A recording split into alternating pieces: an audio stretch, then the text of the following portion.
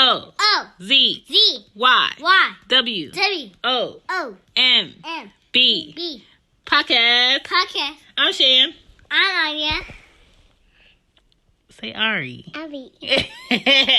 Welcome to Cozy Womb Podcast. Let's go. Hey, this is Shan, mom of the girls. Thank you for checking in. If this is your first time at Cozy Womb Podcast, welcome. It's a very random but frequently posted show. Enjoy what you can when you can. It's for new parents. Y'all are very welcome. It's for second, third, or more time around parents too. And I did not forget those of you who aren't quite there yet, haven't had your first kid, but you're thinking about it and you're just curious on what it takes to go ahead and survive the kids that you may make. Cool. Since we're all here, let's get into today's episode.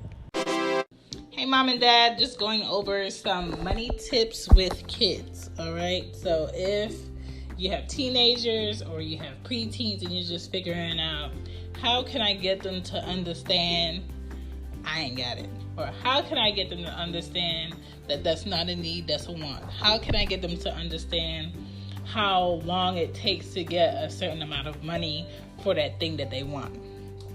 This is what you do. All right, so the first thing is when you're shopping with or for your kids, put away the cards and stick to cash. When kids see that you have a credit card, it's like you having magical money to them. Just swipe it, mom. Just swipe it, dad.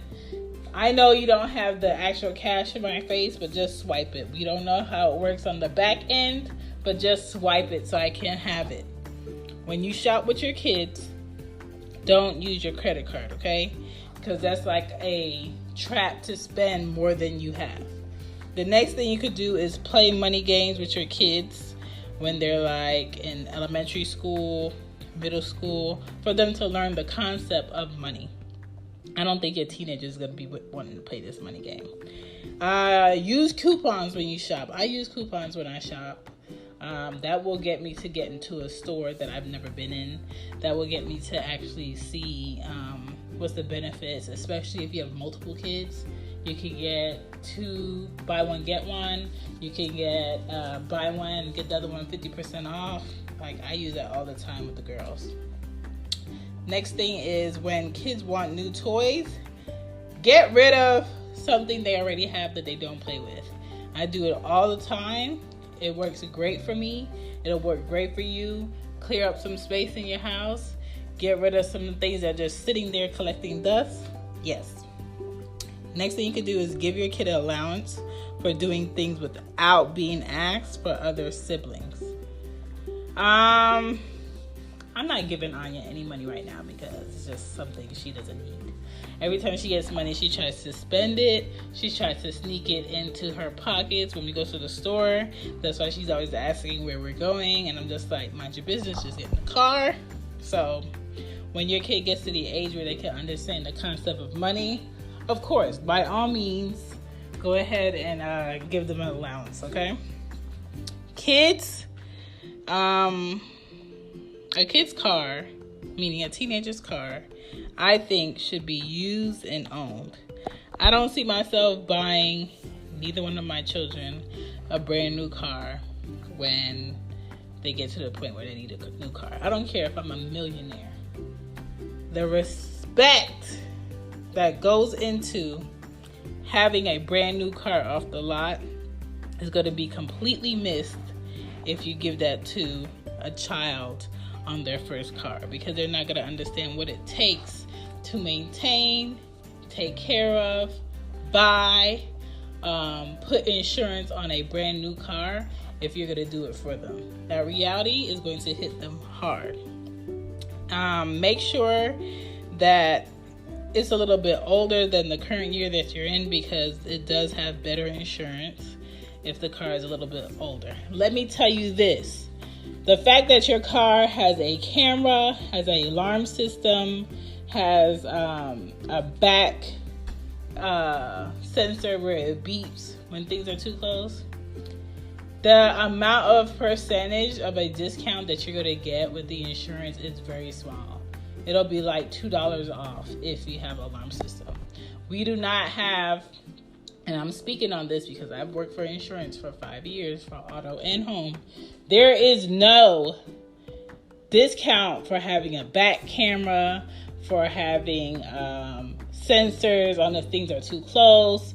There is no discount for having a brand new vehicle. So whatever you're thinking, being that this car is safety approved, is going to give me a lower price, that's a lie. So don't let no auto dealer tell you that, because that's a lie. The next thing you could do is help your teen research creative ways to pay for college if they want to go to college. You could look up grants, scholarships, jobs, side hustles, work on a job that pays for you to get a degree. So places like Fortune 500 companies may have a college plan where if you're going to school for the study of a job title within the company and you work it for X amount of years or months, they will go ahead and pay for the courses that you took in college. So that's like going to college and getting a degree on somebody else's bank. Whether or not you stay at that job or you leave that job, that degree is yours. Like, I have plenty of friends who've had master's degrees done by taking a course that job was willing to pay for, taking the ANIS, I think that's what it's called, courses to get a job that, they were going to go ahead and pay for it. So you get that refunded and you get a degree at the end of the day, which pushes you further into asking for a certain amount of bracket of money that you want salary-wise from a job. So if you're all into pushing your kid to go to college and they want to, that's something you guys should look for when it comes to work. There's a website that you can look into called www.activeparenting.com.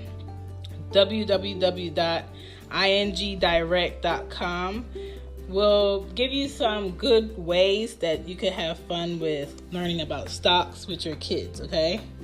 Also, you have www.smgww.org. That was a tongue twister. Then you have www.treas.gov/kids, where they have like an active word scramble of financial words that your kids should get to know over the years. And you can talk to your kids about what cars cost, houses cost, apartment costs, bills, what comes when you want to get a car. You just don't get a car and just drive it. You need the insurance, you need to get your title, you need to pay the taxes on that vehicle, you need to get the oil for that car, you need to go for oil changes, a certain amount of miles, you need to make sure the inside of that car is clean. Talk to them about where the transmission fluid goes, where the brake fluid goes, how they check their oil, what type of gas they should put in the car, why. That type of stuff is something you explain to your kids, okay? Because if they don't maintain the things that are very expensive in their life that they quote unquote want, it's going to cost you or it's going to cost them. And if it's going to cost them more than they're expected, they're going to come to you for more money. If you want to avoid your kids coming to you for more money, set them up the right way mentally so they're aware of these things so they don't have to abuse your pockets. These are money tips with kids.